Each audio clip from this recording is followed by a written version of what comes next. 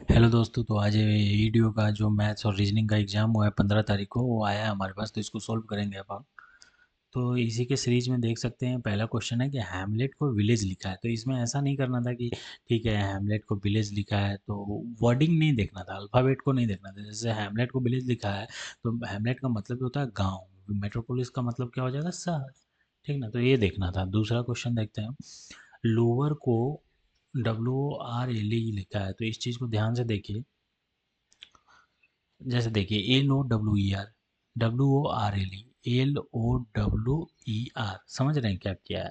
इस चीज़ को ही बस डिसअरेंज कर दिया है, तो हमें वही देखना है किसको डिसअरेंज किया है। जैसे इंट्री को किया है, क्या है इंटरी, ENTRY में है ही नहीं। वर्ड्स WRDS ROSWD, ठीक है। AMONG इसमें भी है। GLAJD इसमें भी है। तो ये तो होगा ही नहीं क्योंकि इसमें ई की जगह एफ कर दिया है, ठीक है। वर्डिंग ही गलत है। अच्छा, इसमें देखते हैं एल को कहाँ लाया है। एल को यहाँ से उठा के यहाँ पे चौथे स्थान पे लाया है, तो ये डब्लू को चौथे स्थान पे लाया है, ठीक है। अच्छा, ओ को कहाँ लाया है, ओ को वैसे ही छोड़ दिया, ओ को वहाँ पे ऐसे ही छोड़ दिया। अब डब्लू को क्या किया, डब्लू को पहले स्थान पे लाया है, तो क्या आर को पहले स्थान पे लाया है।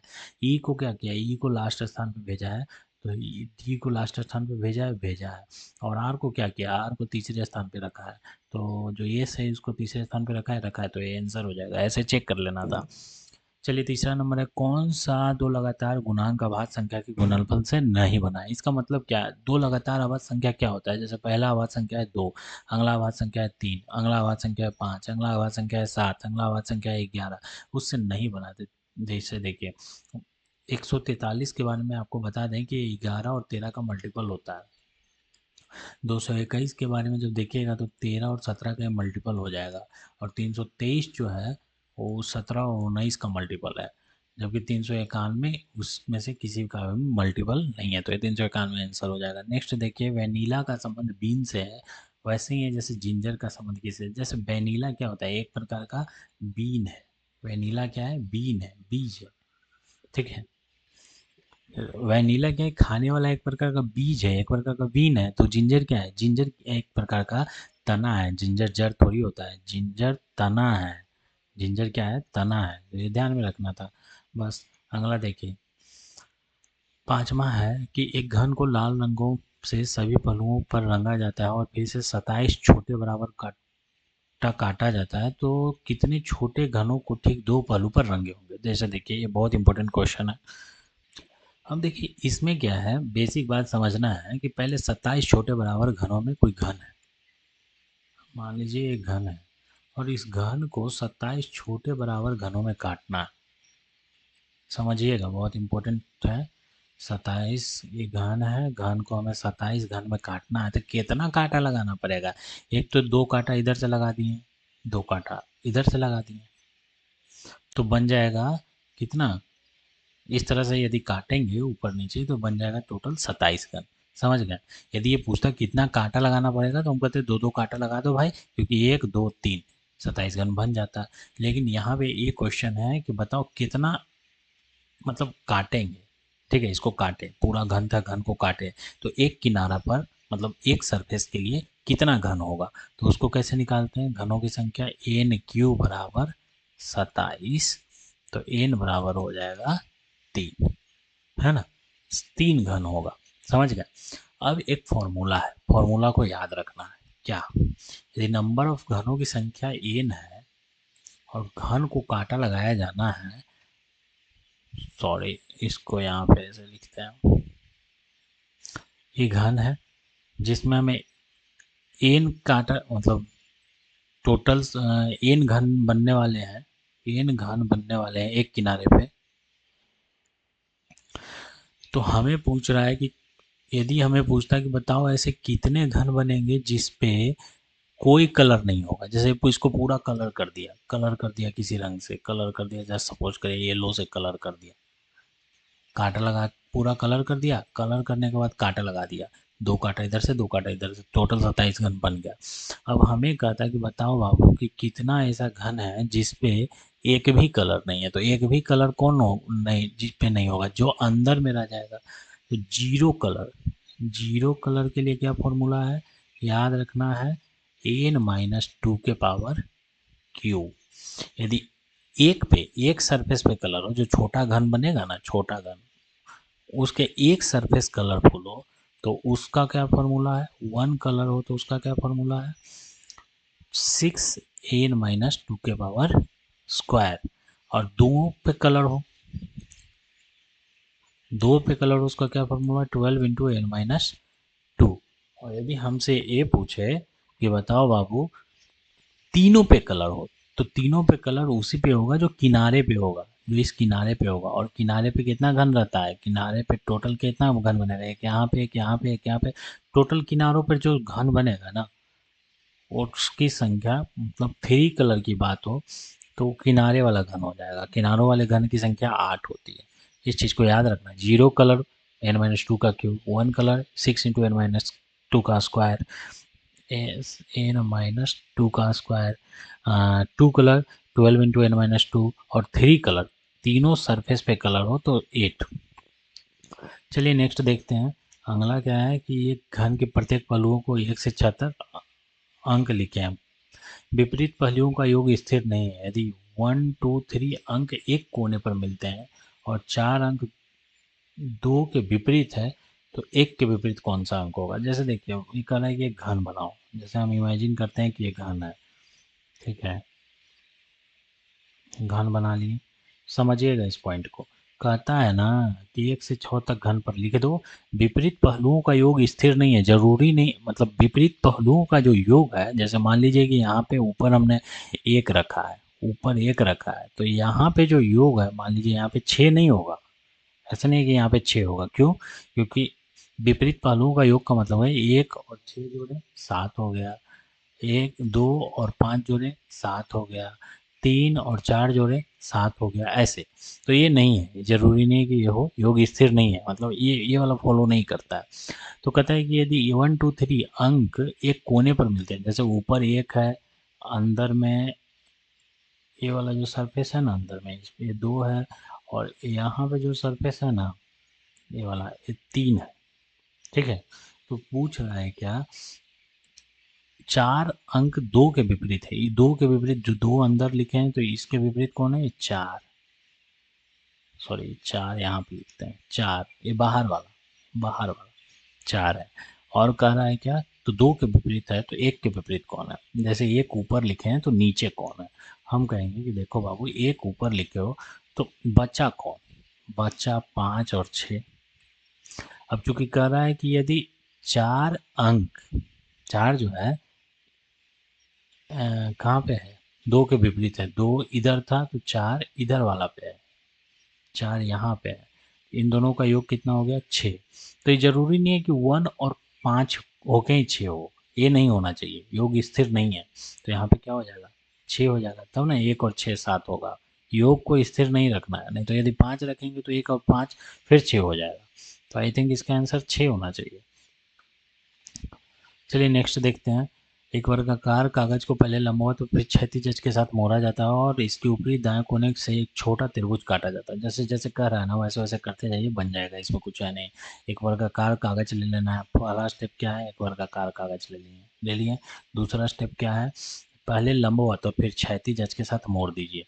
पहले लंबवत मोड़ दिए, पहले लंबवत इतना था ना, इसको यहाँ से ऐसे मोड़े तो ये पतला हो गया, ऐसे हो गया, ठीक है। और फिर क्षैतिज मोड़ दिए, क्षैतिज मोड़ेंगे तो फिर आधा हो जाएगा, ये आधा होके इतना को हो गया, समझ रहे हैं, छोटा हो गया। अब कह रहा है क्या कि इसके ऊपरी दाएं कोने पर एक छोटा त्रिभुज काटा जाता है। यहाँ से वो त्रिभुज काट लिए, यहाँ पे वो त्रिभुज काट लिए। तो समझने की कोशिश करिए इस मैटर को। मैटर क्या है,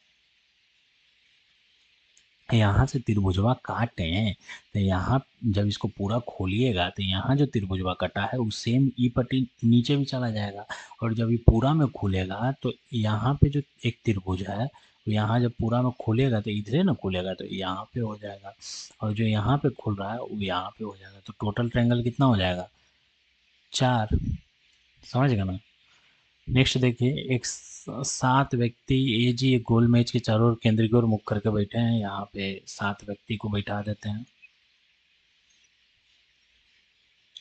ठीक है, 7 व्यक्ति बैठ गया। अब क्या कह रहा है कि बी ए के दाएं तीसरे स्थान पर है। बी को सपोज करिए यहाँ पे बैठा है और ये ए के दाएं है, दाहिना साइड का मतलब इस डायरेक्शन में होता है ना। तो ए तीसरे स्थान पर, ए को यहाँ पे बैठाएंगे तो दाहिना साइड यहाँ पे तीसरे स्थान पर आ गया। सी बी और डी के बीच में है। बी और डी के बीच में कौन है? सी। बी और डी के बीच में कौन है? सी। ठीक है। और ई ए के सामने बैठा है। ई जो है, ये हम माने हैं यहाँ पे भी डी और सी हो सकता था, लेकिन हम ठीक है एक दे दिए कि यहाँ पे मान लेते हैं। ई ए के सामने बैठा है। देखिए ई जो है ए के सामने तो सी बैठा दिए, मतलब यहाँ पे डी और सी नहीं होगा, तो डी और सी होगा फिर कहाँ पे? वही तो देखना है, इसको और कहीं रखना होगा। जैसे कह रहा है कि सी बी और डी के बीच में, बी और डी के बीच में किसको रख देते हैं? यहाँ पे सी को रख देते हैं, तब तो चलेगा। और ए के विपरीत ई के सामने ए है, तो ई के सामने ए को रख देंगे। ई के तुरंत बाईं ओर कौन बैठा है? ई के तुरंत बाईं ओर की बात करिएगा तो बी बैठेगा। ये आंसर हो गया। नेक्स्ट देखते हैं। ये 9वां नंबर है। 9वां नंबर में क्या कर रहा है? यदि पी बिंदु से, यदि आप पी बिंदु से, मान लीजिए पी बिंदु है, यहाँ से कह रहा है कि आप उत्तर की ओर मुख करके शुरू करते हैं और क्रमशः 3 किलोमीटर उत्तर, 4 किलोमीटर पूर्व।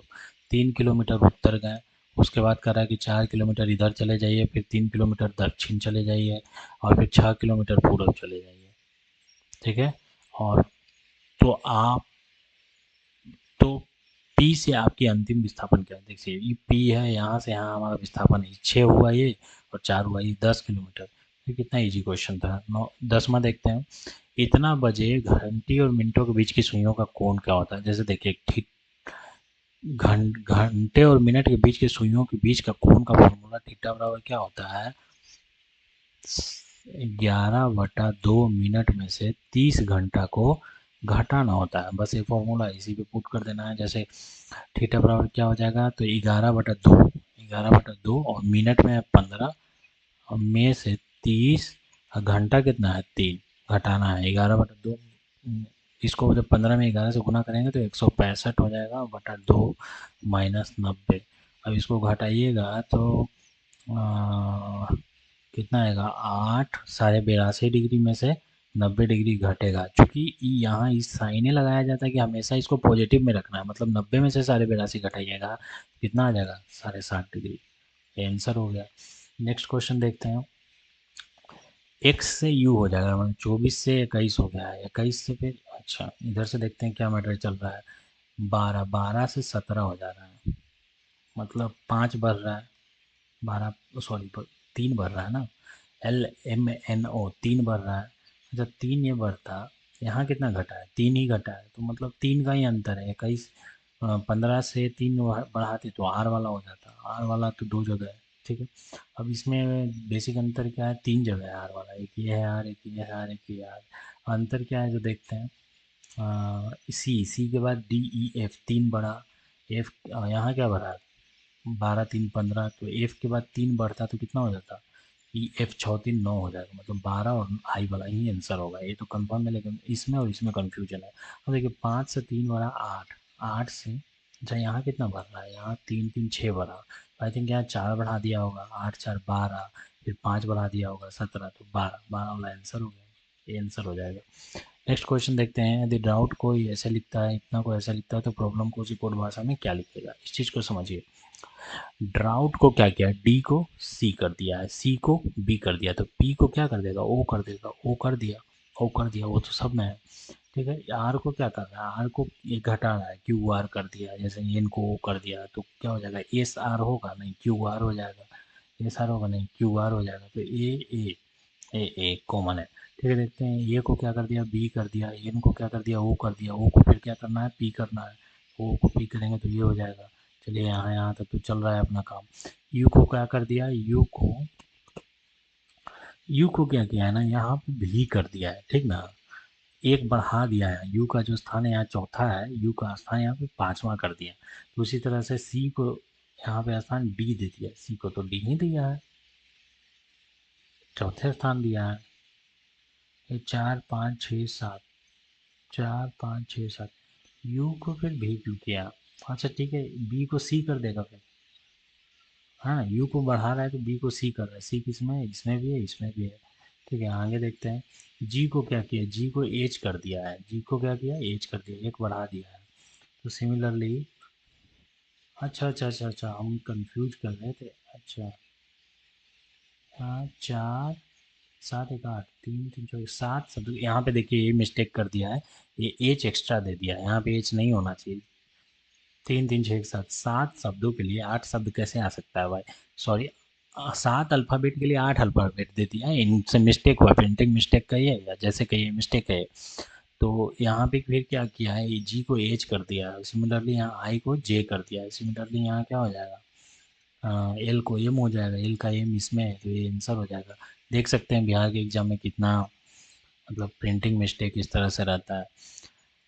इसका मतलब बताना है कि ए प्लस बी प्लस सी का मतलब क्या है। ए मान लीजिए कि ये पी क्यू की बेटी है, मान लीजिए कि ये हमारी बहन है, तो ये बेटी होगी ना, किसकी बेटी होगी, मम्मी के या पापा के, तो बी पापा हो जाएंगे, सपोज करिए। और ये गुना कहता है कि पी क्यू का अर्थ है पी क्यू का भाई है, तो सही में पापा ही हैं, और इस सी के भाई हैं, या तो ये बुआ होंगी या चाचा होंगे। तो बताइए कि क्या सही है, तो ये सी की भतीजी है, ये सही में सी की भतीजी है, सही है, तो ये सही हो जाएगा। 14 नंबर देखते हैं, विट्रोस में पहले सभी व्यंजन वर्णों को वर्णाक्रम में, तो पहले जैसे आता है वैसे सजा दीजिए, विट्रेस लिखिए, लिख के इसको सजाइए। सबसे पहले क्या आएगा, सबसे पहले आएगा इसमें ई, उसके बाद क्या आएगा आई, उसके बाद क्या आएगा ई आई के बाद क्या आएगा ओ, उसके बाद क्या आएगा आर, उसके बाद क्या आएगा एस, उसके बाद क्या आएगा टी, इसके बाद क्या आएगा यू, इसके बाद क्या आएगा बी।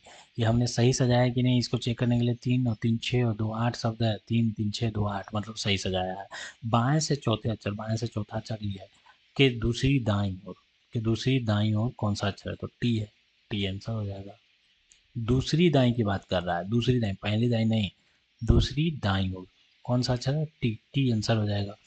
चलिए अगला क्वेश्चन देखते हैं। एक व्यक्ति 6 किलोमीटर पूर्व की ओर चला, 6 किलोमीटर पहले इसको पूर्व की ओर चलाइए। उसके बाद कहता है कि फिर दक्षिण की ओर मुड़ के 5 किलोमीटर चला था, इन्हें जाकर 5 किलोमीटर चला, फिर वह दक्षिण की ओर 5 किलोमीटर और चलता है, दक्षिण की ओर अभी और 5 किलोमीटर चला, मतलब यहाँ से इसका मन नहीं भरा, 5 किलोमीटर और दक्षिण चला। अच्छा, फिर वह पूर्व की ओर 6 किलोमीटर चलता है, फिर वह पूर्व की ओर, पूर्व डायरेक्शन में 6 किलोमीटर चलता है। ठीक है, और फिर वह उत्तर की ओर 10 किलोमीटर चला था, यहाँ से यहाँ पहुँच गया, उत्तर की ओर 10 किलोमीटर चलता है। अब वो अपने प्रारंभिक बिंदु से कितनी दूर है, तो देख सकते हैं अपनी प्रारंभिक बिंदु से कितना दूर है, 6 ए और 6 ए, छः छः 12 किलोमीटर, तो ये 12 आंसर हो जाना था। नेक्स्ट देखते हैं, इसको सोल्व करना है, बहुत अच्छा क्वेश्चन है, इसको देखते हैं। तो अच्छा क्वेश्चन कुछ नहीं है, जैसे इस चीज़ को समझिए, ये क्या है, ये है क्या,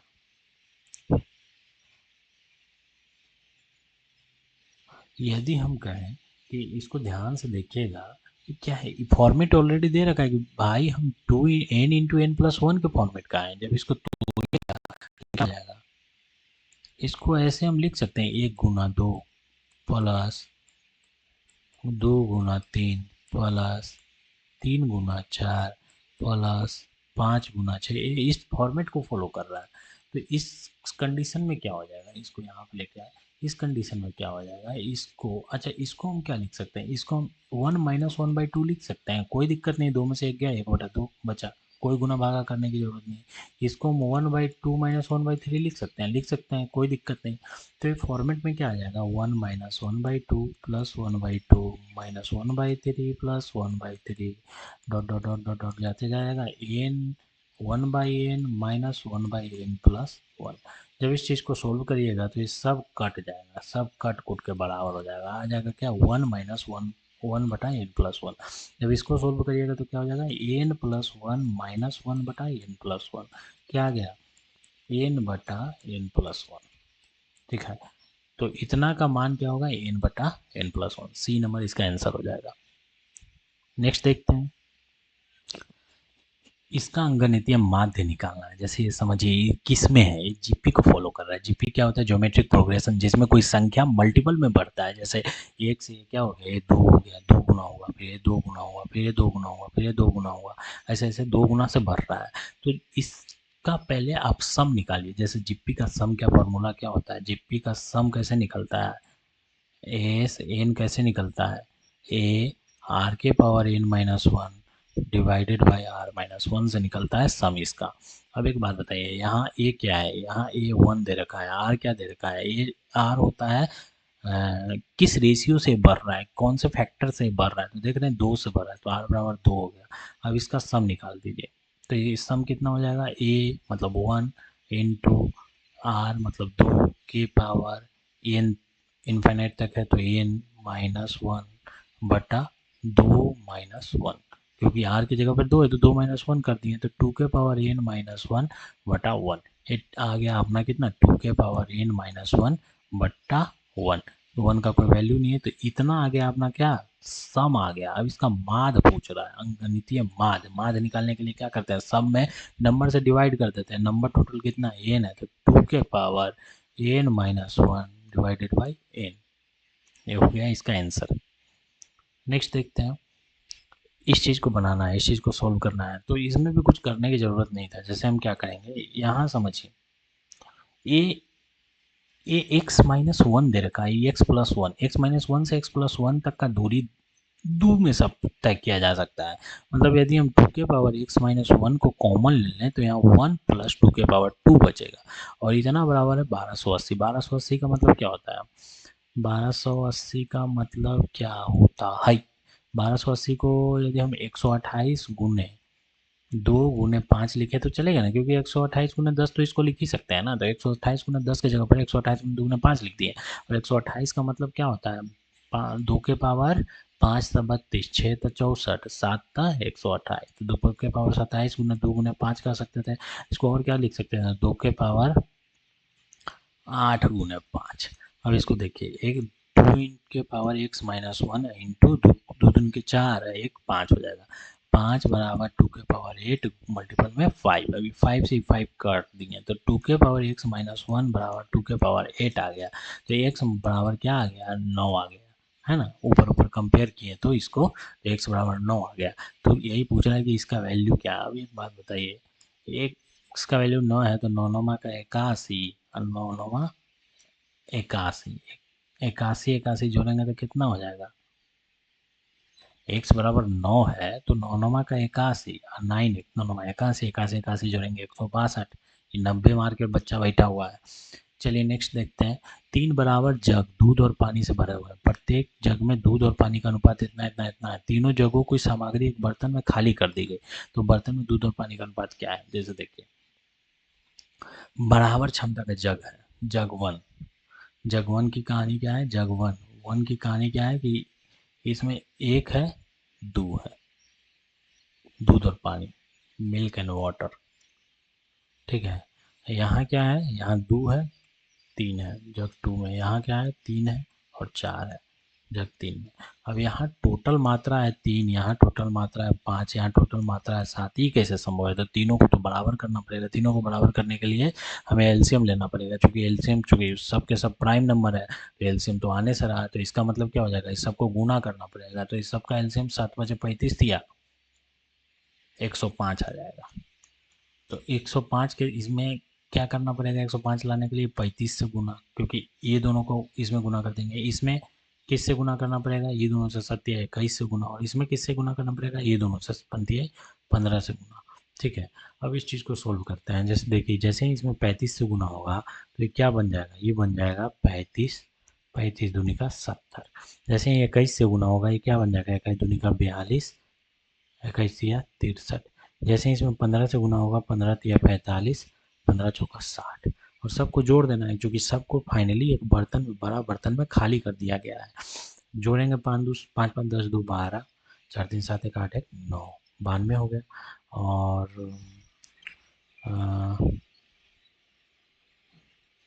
यहाँ आ जाएगा 3 6 6 12 और 7 19, नहीं नहीं, फिर 193 आ रहा है, फिर अपना गलती कहाँ कर रहे हैं।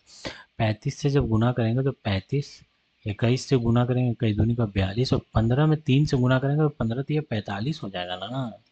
तो यहाँ 5 5 10 2 12, 4 4 8 3 11 1 12, यहाँ 122 और 193 का रेशियो आ जाएगा, तो ये आंसर हो जाएगा इसका। चलिए नेक्स्ट देखते हैं, 20वां नंबर देखते हैं क्वेश्चन।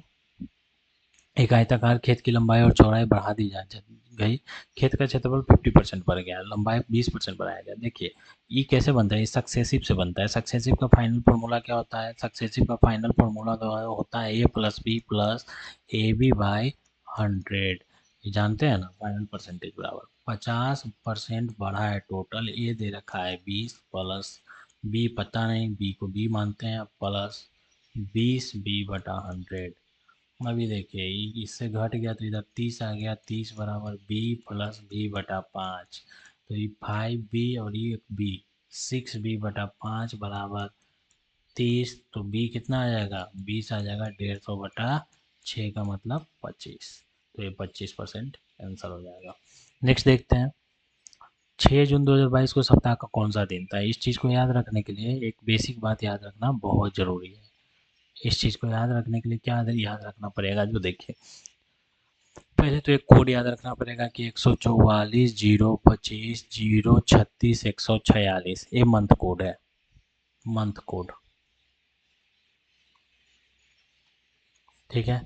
और एक सर्कल को याद रखना पड़ेगा। सर्कल कैसे बनता है? इस सर्कल बनता है जिसमें शनिवार के दिन मतलब सैटरडे के दिन 0 होता है, संडे के दिन 1, मंडे के दिन 2, ट्यूसडे के दिन 3, वेंसडे के दिन 4, थर्सडे के दिन 5, फ्राइडे के दिन को 6 कंसिडर किया जाता है।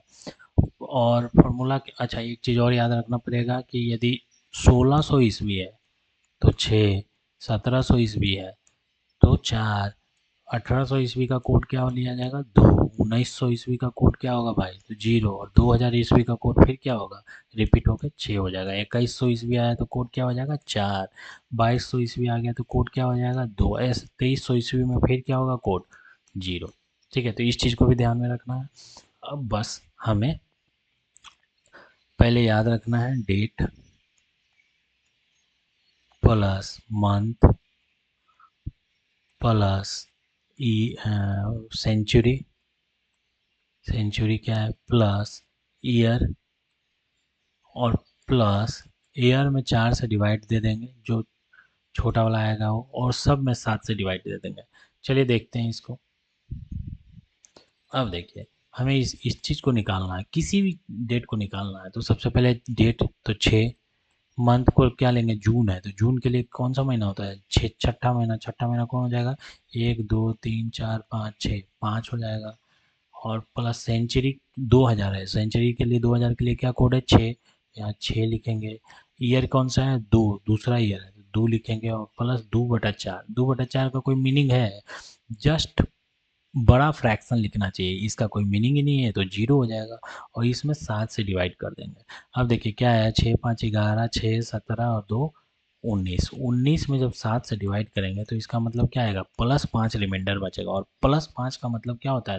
थर्सडे। तो थर्सडे कौन सा गुरुवार हो जाएगा। आप गूगल भी करके देखोगे तो 6 जून 2002 को गुरुवार है। चलिए अगला देखते हैं। इस क्वेश्चन को देखिए, सी ए टी, कैट को डी डी वाई लिखा है, मतलब सी को डी कर दिया है, ए को डी कर दिया है। हाँ, ए सी को डी किया तो बी को सी हो जाएगा। ए को ए 1 को 3 बनाया, मतलब 4 किया तो 3 बनाया, तो आई को 3 बनाएगा तो 12 हो जाएगा। 20 को 25 कर दिया, 5 बढ़ा दिया। जी 7 को 5 बनाएगा तो 12 हो जाएगा। तो ये आंसर है इसका। चलिए इसको देखते हैं, इसमें क्या चल रहा है, जो देखिए इसमें क्या चल रहा है कि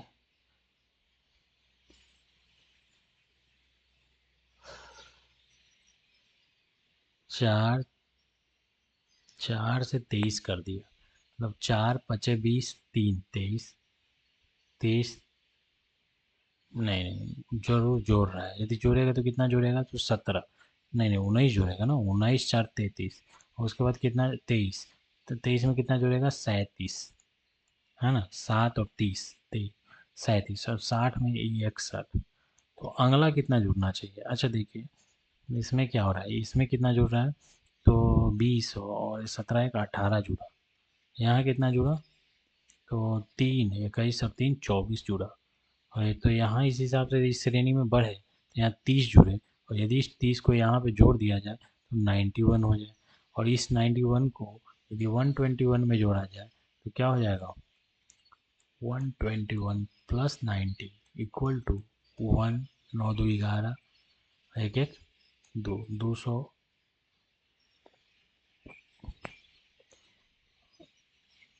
आता है फिर तो, क्योंकि है नहीं। करते हैं 19 से 37 18 बढ़ गया, ठीक है। यहाँ 19 बढ़ा, यहाँ 7 और 7 37 बढ़ा, और यहाँ 61 बढ़ा।